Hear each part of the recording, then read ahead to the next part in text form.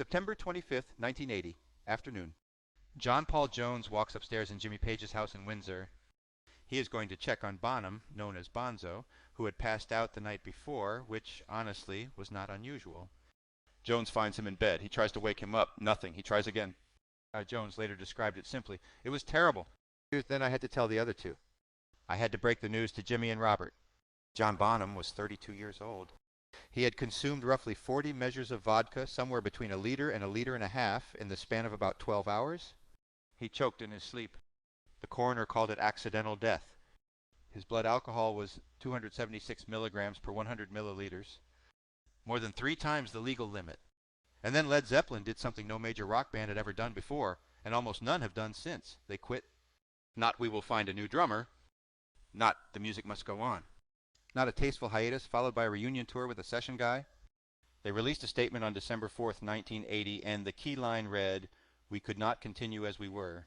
Led Zeppelin did not replace John Bonham. They did not even try. And that tells you everything about where the power in that band actually lived. Not in Page's guitar wizardry, not in Plant's voice, not in Jones's quiet versatility. It lived in the farm kid from Redditch who played impossibly hard and could not handle what he had built. That is the contradiction at the center of John Bonham's life. The most powerful drummer in rock history was also the guy who just wanted to go home. May 31st, 1948, Redditch, Worcestershire. The birth itself was brutal. 26 hours of labor, the baby's heart stopped, and a nurse reportedly called it a miracle that he survived. By age 5, John was building drum kits out of coffee tins and bath salt containers, banging on them with knitting needles. His mother bought him a snare drum when he was 10. His father Jack, a builder and carpenter, got him a full Premier kit at 15. Nobody taught him. That is the thing people miss about Bonham. He was entirely self-taught, but the drummers he studied were not rock guys. They were jazz players. Max Roach, Gene Krupa, Buddy Rich. Big band drummers who understood swing and dynamics and the idea that drums could lead, not just keep time. His headmaster at Lodge Farm Secondary Modern wrote a report that said Bonham would either end up a dustman or a millionaire. There was not really a middle ground with the kid. Bonham left school at 16, worked as an apprentice carpenter for his father, and drummed in every local band that would have him. Terry Webb and the Spiders, the Senators, A Way of Life. The Crawling King Snakes. Eventually Band of Joy, where he met Robert Plant.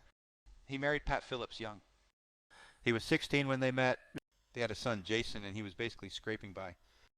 Playing drums in the Midlands in 1967 did not exactly pay the bills. Then Jimmy Page saw him play. July 1968. Page watched Bonham drum for Tim Rose at a club in Hampstead, and he knew immediately this was the drummer. The problem was convincing Bonham himself. Page and Peter Grant wanted him for the new Yardbirds, which would become Led Zeppelin, but Bonham had competing offers from Joe Cocker and Chris Farlow, both of whom were more established, both of whom felt like safer bets for a 20-year-old father who needed steady work. Plant sent 8 telegrams to Bonham's regular pub, a place called Three Men in a Boat in Walsall. Grant sent 40 more. 40 telegrams to a pub. That was how badly they wanted him. Bonham finally said yes. His reasoning was characteristically blunt.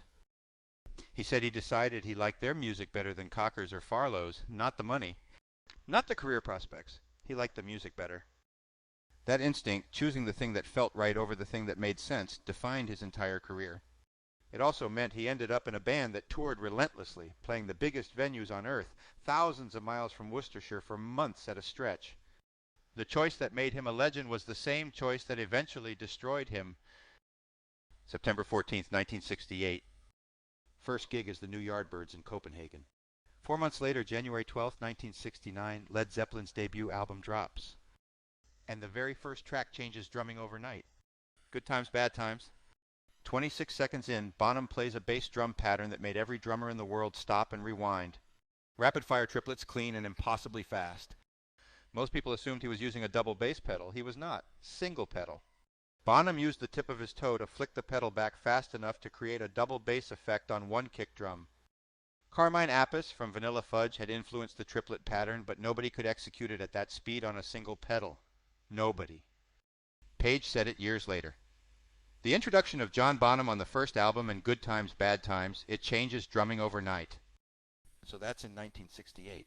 And we're talking about 1980. It's 12 years of John Bonham's musical input being appreciated by the whole world of music in every way. 12 years, that's all he got. But what Bonham did with those 12 years essentially rewrote the instrument. His tuning was backwards by conventional standards, resonant heads tighter than batter heads, a massive 26-inch bass drum with both heads tuned high and the front head left unported, which nobody did. Most drummers wanted a dead, punchy kick sound. Bonham wanted resonance. Engineer Eddie Kramer said a mere tap elicited timpani-like resonance. The drums didn't just hit. They sang, and then there was When the Levee Breaks. Recorded at Headley Grange, this old Victorian poorhouse converted into a rehearsal space, with engineer Glyn Johns placing just 2 or 3 microphones equidistant from the snare, high up in the 3-story stairwell. That natural room sound, that massive stereo picture, became one of the most sampled drum recordings in history. The Beastie Boys used it on Ryman and Steelin', Dr. Dre sampled it, Bjork sampled it. Decades later, producers are still trying to reverse engineer what that stairwell and that drummer did together. They cannot, because half of it was the room and the other half was the guy sitting in it. The jazz training bled into everything. Black Dog has this jagged, asymmetric groove that most rock drummers would play straight, but Bonham played it like a big band chart with swing underneath the muscle. Kashmir is built on a pattern that should not work in 4/4 time, but does because Bonham understood polyrhythm intuitively, the way Roach and Rich understood it. A whole lot of love he played behind the beat with this rolling, almost lazy groove that made the heaviness feel organic instead of mechanical. His solo piece, Moby Dick, originally called Pat's Delight and named for his wife, stretched past 20 minutes live. Bonham would abandon the sticks entirely and play with his bare hands to get a phased sound, like hand drums feeding back through the PA. Rolling Stone named him the greatest drummer of all time in 2016. 36 years after his death, that is not nostalgia. That is the absence still being felt. So here's where the contradiction deepens. A French Atlantic Records employee on an early European tour nicknamed Bonham le Bête the Beast. The name stuck because when Bonham drank, he became someone else entirely. People close to him described it as Jekyll-Hyde. Warm, witty, loyal when sober. Violent, unpredictable, terrifying when drunk. He rode a motorcycle through a rented floor at the Continental Hyatt House in Los Angeles, the place bands called Riot House. He got banned from the Tokyo Hilton for destroying rooms. The classic rock star's wreckage story. Except the wreckage had a cause, and the cause was painfully simple. John Bonham hated being away from home. John Paul Jones put it plainly, Bonzo drank because he hated being away from home, he really did. Between gigs, he found it hard to cope. Bonham himself admitted to having terribly bad nerves all the time. Not anxiety about performing, anxiety about being gone. He had bought Old Hyde Farm in Worcestershire around 1972, a working farm. 21 vintage cars in the barn, motorcycles. He rebuilt the farmhouse with his father. Jack Bonham was a builder, and John had trained as a carpenter before the music took over. The man who demolished hotel rooms for fun spent his off time doing construction work with his dad. In 1976, Led Zeppelin released The Song Remains the Same, their concert film. Each band member got a fantasy sequence. The idea was to show their inner dreams and deepest desires. Page played a mysterious occult figure scaling a mountain in the moonlight. Plant became a medieval knight rescuing a maiden at a Welsh castle. Jones rode a horse in a scarecrow mask. Grand, theatrical, mythological stuff. Bonham's fantasy sequence was him at home with his wife Pat, with young Jason on a little drum kit, driving his hot rod down a country road, working the farm. That was it. Everyone else in the band fantasized about being something they were not.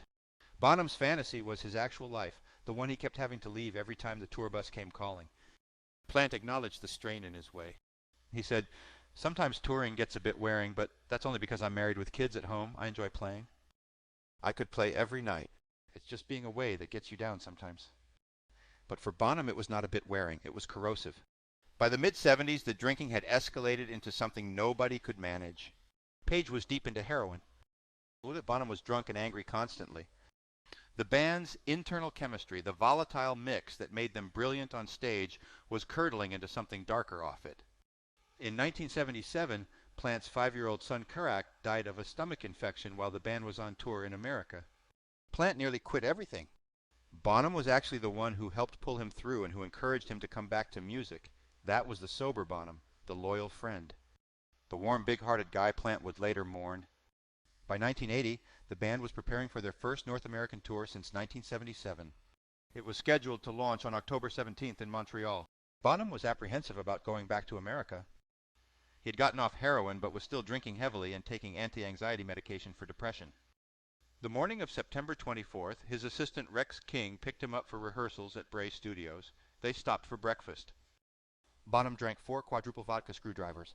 That's 16 shots of vodka before noon, before rehearsal even started. He continued drinking throughout the 12-hour session. By late evening, back at Page's house, Old Mill House in Clewer, he passed out. King and another assistant put him to bed on his side. They knew the drill by now. He never woke up. Plant later revealed something Bonham had said before that final rehearsal. He had said, "I've had it with playing drums. Everyone else plays better than me." The greatest drummer in rock history saying that. Whether it was the depression talking or the booze or some genuine exhaustion with the machine he had helped build, there is no way to know. But it is hard to hear that and not think about a guy who wanted to be on his farm, not in a rehearsal studio drinking himself to death before an American tour he dreaded. What happened next, or rather what didn't happen, is the real argument here. No auditions. No search for a new drummer. No announcements about carrying on the legacy. On December 4th, 1980, the 3 surviving members released their statement.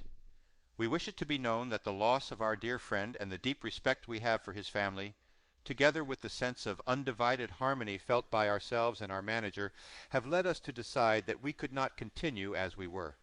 Signed, Led Zeppelin. Plant called it one of the most flattening, heartbreaking parts of his life. He said, "I had a great, warm, big-hearted friend I haven't got anymore." Think about what that decision actually means.